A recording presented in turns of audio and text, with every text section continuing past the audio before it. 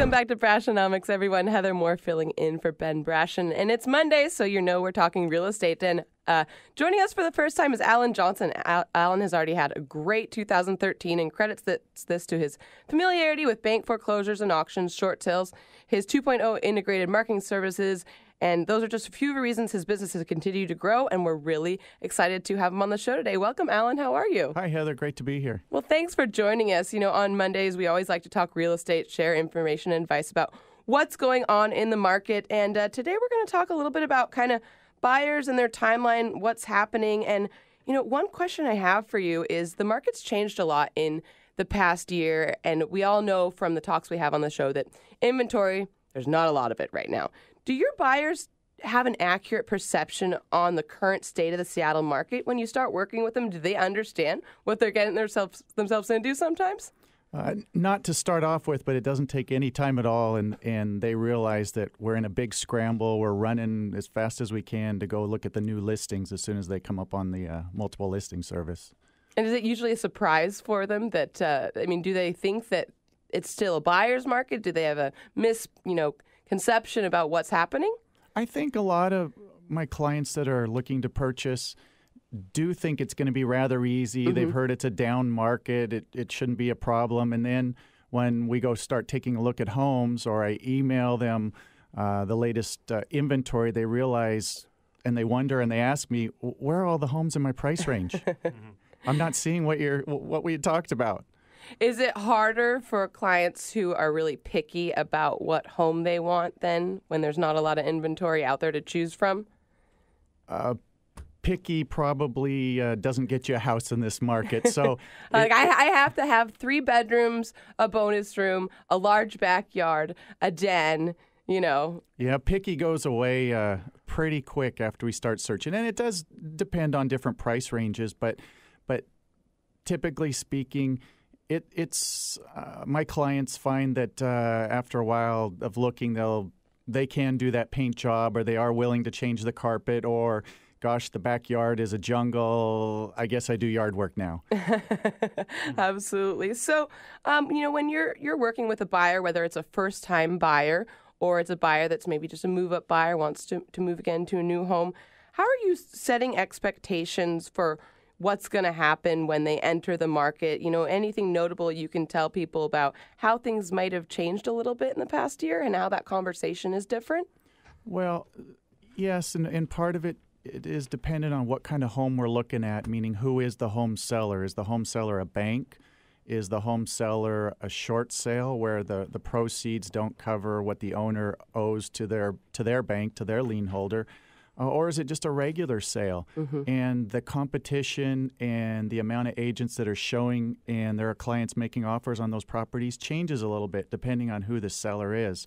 So the expectation is it definitely changes depending who the seller is. If it's a bank, that's not too hard to deal with. Mm-hmm. If it's just Mr. and Mrs. Smith down the street, we all flock to those because we know there's an owner right there who can make a decision on their home. If it's a short sale, then you really have to decide how much you love that house and how long you're willing to wait to get the house. So a little bit of education before we leave the office really helps. And you're familiar with short sales and bank owns. Do you find that it's something that buyers tend to shy away from at first? They'd rather just, do a traditional resale? Well, we used to, and I used to shy away from myself. Mm-hmm. The bank owns, there is quite a few of them. It seems like there's not as many as there was 12 months ago, but they're still out there. They're part of the marketplace. Short sales where the owner's proceeds don't cover the loan amount. 2 years ago, I did everything to stay away from them. Mm-hmm. And they were scary. We didn't know if the transaction would ever close. And now they're getting a bit easier. Banks seem to be wanting to make sure that their owner stays in their house, takes care of the property, doesn't abandon it. Mm-hmm. And so there's more and more in the marketplace. And banks seem to be a little bit reasonable mm-hmm. in getting it closed.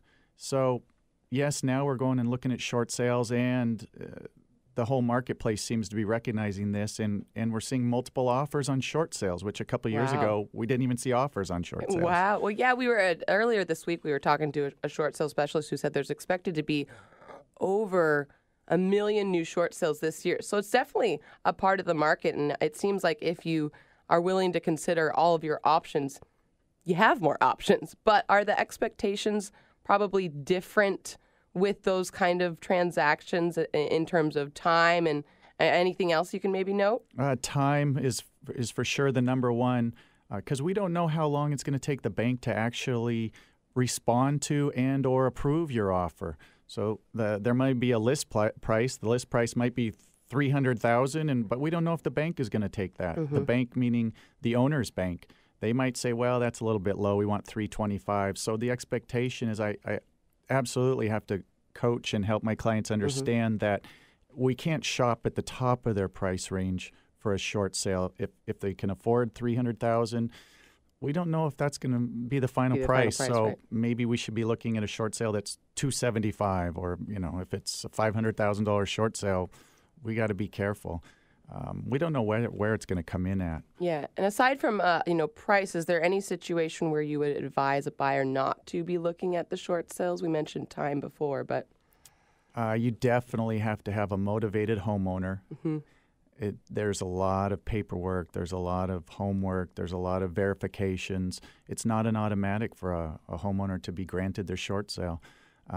So we also don't know if the home's going to make it that far. If the owner, there could be a foreclosure in the middle. Mm-hmm.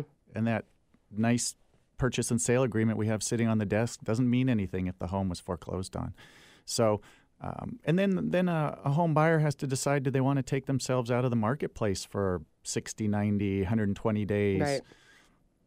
and not know for certain if the home's going to close. Yeah. And that didn't used to be a big deal, but now with home prices increasing, that is a big deal to take yourself out of the marketplace. Yeah. And you mentioned the multiple offers on even short sales, which I found interesting.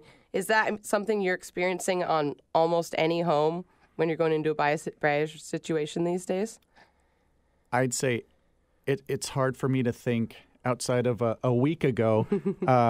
We got a home. My client was successful, and we were the first one in the door, and we made such an unbelievably great offer that they accepted our offer 3 hours into the listing. Congrats! But, it was great. It was really nice for my client. That was a doozy, but we did it. It doesn't happen too often, and besides that, I'd have to say every single offer that I've made for my clients in the last long time, Heather, has been multiple offers. Really? So it's common kind of in all sectors of the market? First-time buyers range, second time, third time. A couple days ago, an agent in my office, it was a nice view home in Broadview, and it was over $800,000, and there was 3 offers. Wow! And I was sure he was going to be his client was going to get it, and they came in third. Oh man! Well, is it common then to lose out on a home if there's a lot of competition out there? There is a lot of competition, and what I help my clients and coach my clients. The way we go about it is we're looking at this home, but we're also continuing keep our eyes open and looking at everything else that's coming out on a daily basis. A year ago, 2 years ago, we made an offer on a home, and we knew somehow, some way, we would probably put that together, and that would be their dream home. Now, we're not losing sight of the new listings that are coming on the market, and we may be making an offer on one home today, but we're looking this afternoon what the new listings are. So being prepared and looking at everything, keeping on moving, maybe not putting all your marbles in one basket. Yeah, and that's hard because I'm helping people make major life decisions. Well, it's such an emotional decision. Yeah, it is. It really is, and we just have to be ready and keep going and be looking forward to the next new home listing that comes on, and that. I also help prepare my clients that this could take 2, 3, 4, 5, 6, 8 offers. It could, but hopefully, the hopefully not. Yeah, the home they fall in love with, they get. You mentioned though that you won the home for your clients in a multiple offer situation the other day.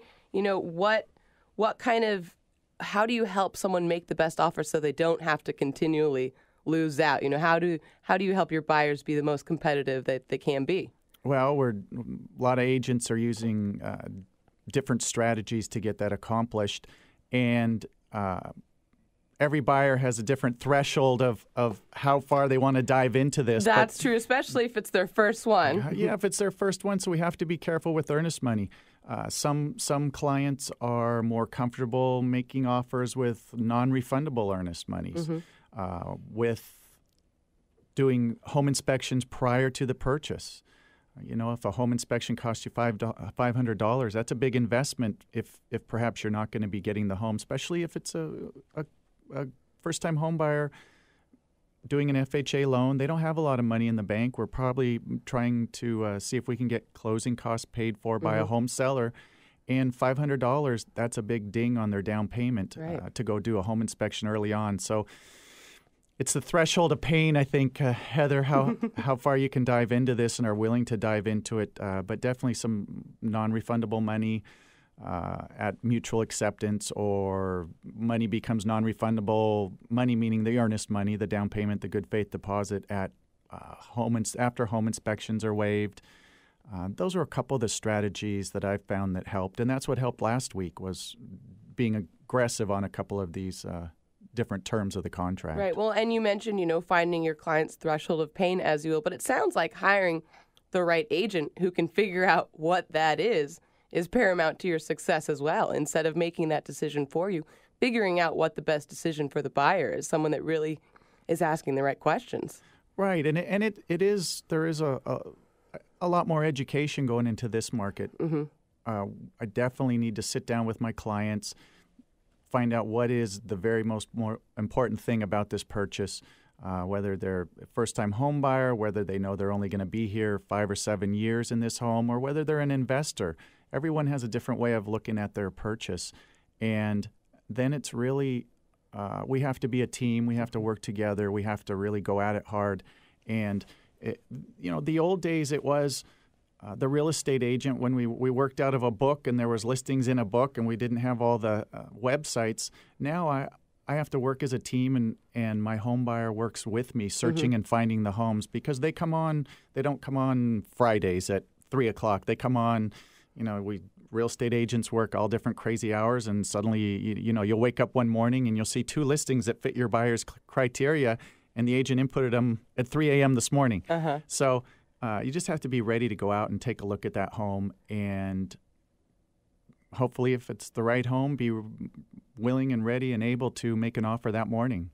That morning, huh? That morning, it could be. It could be that that's the case, and then then as I was mentioning, the terms and I will say this: it's not all. It can be done.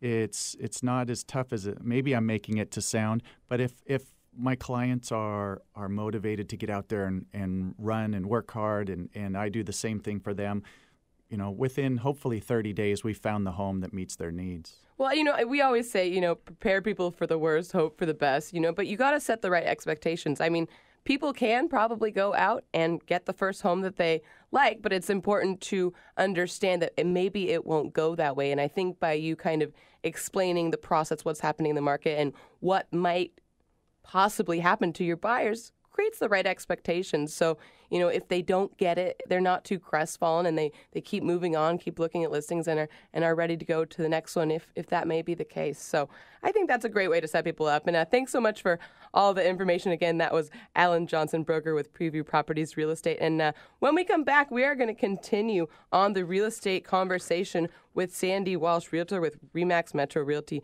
My name is Heather Moore. You're listening to Brashenomics. I'm filling in for Ben Brashen. We'll be right back after this break.